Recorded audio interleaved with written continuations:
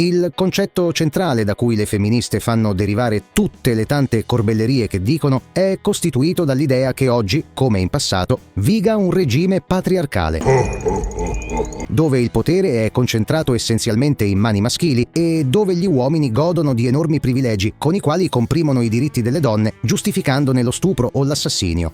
Non diciamo noi che sia questo il concetto centrale, lo dicono loro in fior di articoli, saggi e dichiarazioni.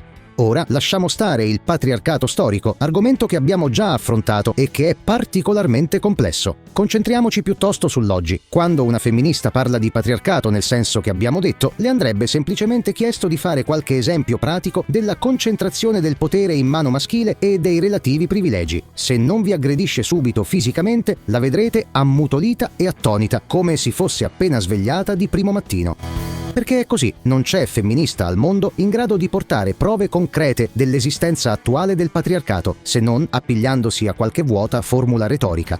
Di contro, esistono numerose prove documentabili che il patriarcato attuale non esista. Ad esempio, in un sistema patriarcale sarebbero le donne a farsi ammazzare in guerra, mentre gli uomini in patria se la godono giocando a calcetto e bevendo birra.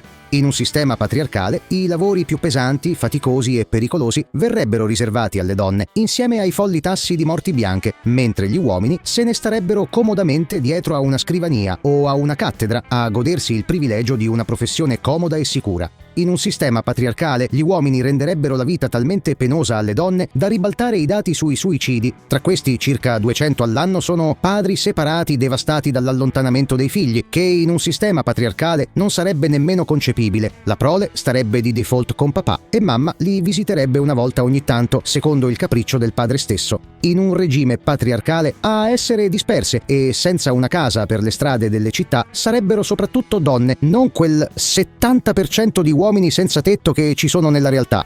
Ovviamente in un regime patriarcale per le donne non ci sarebbe l'opzione di andare a lavorare, ma sarebbero tutte costrette a casa ad accudire marmocchi e a fare da mangiare, mica come nella realtà, dove rappresentano poco meno della metà degli occupati.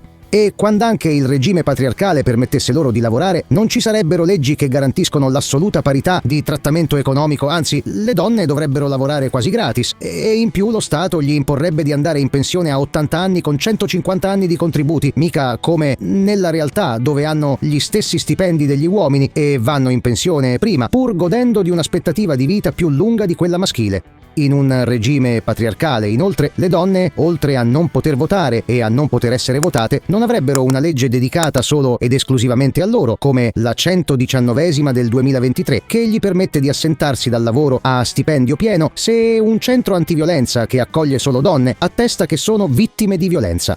In un regime patriarcale, poi, la legge punirebbe la circoncisione in quanto mutilazione genitale, mentre in realtà è punita soltanto l'infibulazione.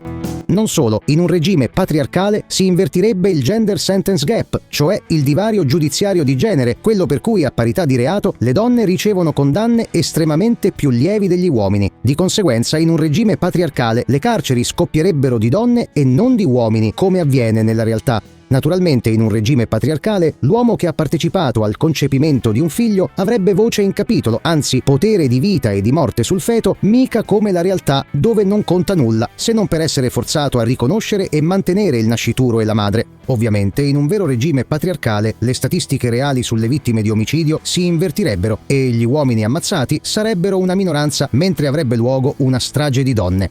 E come corollario, in un regime patriarcale, da una casa che va a fuoco o da una nave che affonda, verrebbero evacuati prima gli uomini e i bambini e solo dopo, forse, le donne. Insomma, in un regime patriarcale gli uomini se la spasserebbero alla grande e i dati mostrerebbero che le donne se la passano parecchio male. Il problema è che non c'è una singola prova né un singolo dato che dimostrino che attualmente sia così. In compenso abbondano prove e dati che dimostrano che essere uomini è tutt'altro che una passeggiata in un viale di privilegi, ossia dimostrano che il patriarcato oggi non esiste e che quindi gli argomenti femministi sono tutte puttanate della peggior specie. O no?